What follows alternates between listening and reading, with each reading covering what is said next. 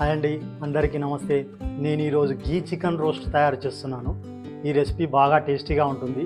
పిల్లలు కూడా మా ఇష్టంగా తింటారు. మా సబ్స్క్రైబర్ అడిగినాడు, అందరి కోసం కూడా నేను చేస్తున్నాను. ముందుగా ఒక 750 గ్రామ్స్ చికెన్ తీసుకున్నాను. ముందుగా దీంట్లో ఒక చెంచా పసుపు వేసుకుందాం, ఒక చెంచా ఉప్పు వేసుకుందాం, ఒక చెంచా అల్లం ఎల్లిగడ్డ పేస్ట్ వేసుకుందాం. ఇవన్నీ బాగా కలుపుకోవాలి. తర్వాత ఒక విజిల్ వచ్చే వరకు కుక్కర్లో వేసుకోవాలి.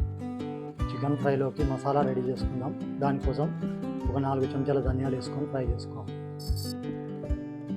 2 చెంచాల జీలకర్ర కూడా వేసుకోవాలి. ఒక చెంచా నల్ల మిరియాలు కూడా వేసుకోవాలి. ఒక స్టార్ పువ్వు కూడా వేసుకుందాం. ఒక 5-6 ఎండుమిరపకాయలు కూడా వేసుకుందాం. కొద్దిగా జాపత్రి కూడా వేసుకోవాలి. ఒక బగారాకు ఒక బగారా పువ్వు కూడా వేసుకొని ఫ్రై చేసుకుందాం. ఇది ఫ్రై చేసుకొని మిక్సీ పట్టుకొని పౌడర్ చేసుకుందాం. 15 ఎల్లిపాయలు, 6 లవంగాలు, 6 ఇలాచీలు, ఒక చెంచా జీలకర్ర, కొంచెం దాల్చిన చెక్క, ఇవన్నీ కచ్చపక్కగా దంచుకోవాలి. ముందుగా నెయ్యి పోసుకుందాం. కొన్ని కాజు వేసుకొని ఫ్రై చేసుకుందాం. ఇందాక ఎల్లిపాయని మనం కచ్చపచ్చగా దంచుకున్నాం కదా, ఇప్పుడు వేసుకుందాం. ఇప్పుడు పచ్చిమిరపకాయలు కూడా ఇట్లా కట్ చేసుకొని వేసుకోవాలి. ఇందాక ఒక విజిల్ పెట్టుకొని ఉడికించుకున్నాం కదా చికెన్, అది ఇప్పుడు వేసుకోవాలి. ఇప్పుడు దీంట్లోనే సగం చెంచా పసుపు వేసుకోవాలి. ఒక చెంచా సాల్ట్ కూడా వేసుకుందాం. ఒక చెంచా కారం కూడా వేసుకుందాం.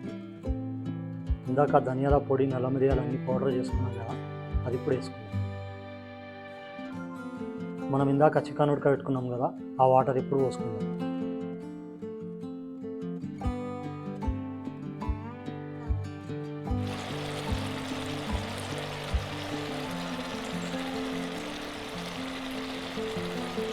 ఇప్పుడు ఈ కౌసు నీళ్ళన్నీ ఇంకిపోయినాయి కదా, ఇప్పుడు కొద్దిగా కలమాకు వేసుకుందాం.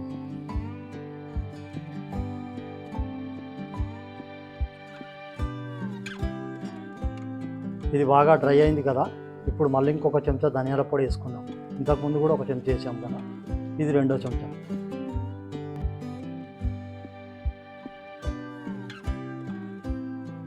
చివరిగా కొద్దిగా కొత్తిమీర వేసుకొని స్టవ్ ఆఫ్ చేసుకుందాం.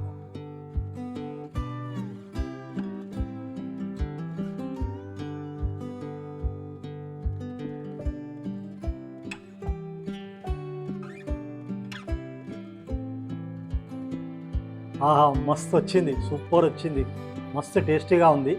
నేను చేసిన విధంగానే మీరు కూడా చేసుకోండి. మంచి వీడియోతో మళ్ళీ కలుస్తా. బాయ్.